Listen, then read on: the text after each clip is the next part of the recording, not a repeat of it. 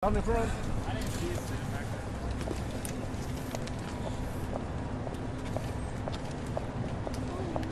Hello, everybody. A couple of questions, Karoline. Happy Friday. Can you give us a preview of the President's Justice Department speech? Sure, I'd be happy to. As you know, the President will be heading there later this afternoon. The Attorney General will be there, as well as the FBI Director, Kash Patel.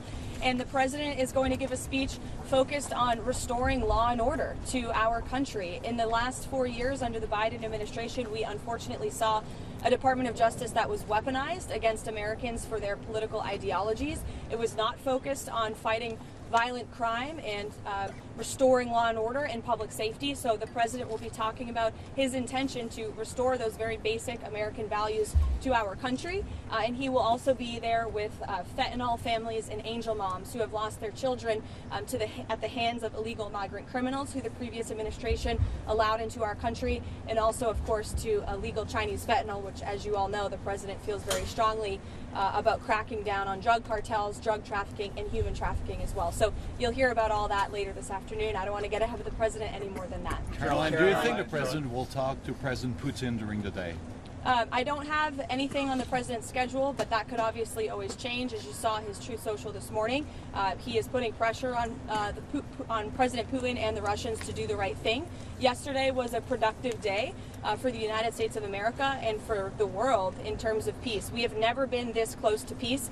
You saw the NATO Secretary General in the Oval Office yesterday. You were there with us, who said that only because of President Trump are we here on the verge of brokering a peace deal. Karoline, did the President talk to President Trump last night? Did the President talk to President Trump last night on the phone? President Trump talked to President. Did President Trump talk to President Putin last night on the phone? He did not. No. He did Steve not. Witkoff Nope. spoke to him yesterday in Moscow, as you know.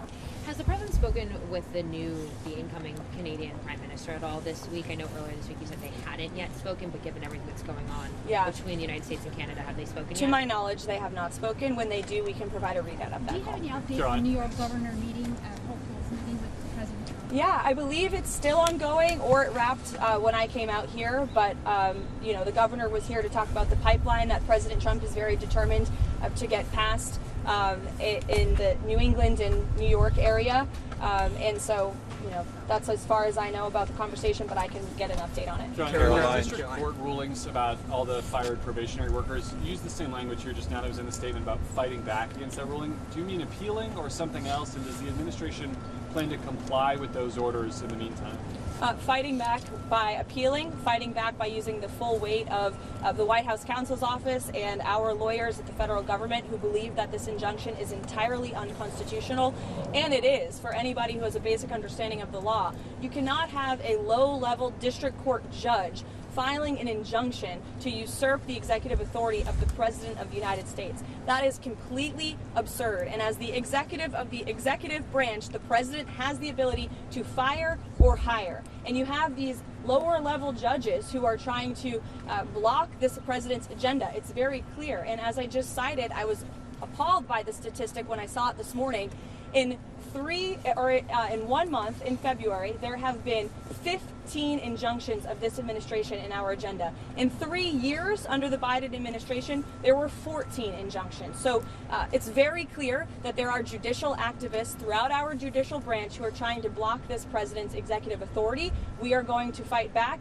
And as anyone who saw President Trump and his legal team fighting back, they know how to do it. He was indicted nearly 200 times, and he's in the Oval Office now because all of the indictments, all of these injunctions have always been unconstitutional and unfair. They are led by partisan activists who are trying to usurp the will of this president, and we're not going to stand for it. Thanks. Does the White House have any response to the S&P 500 entering correction territory?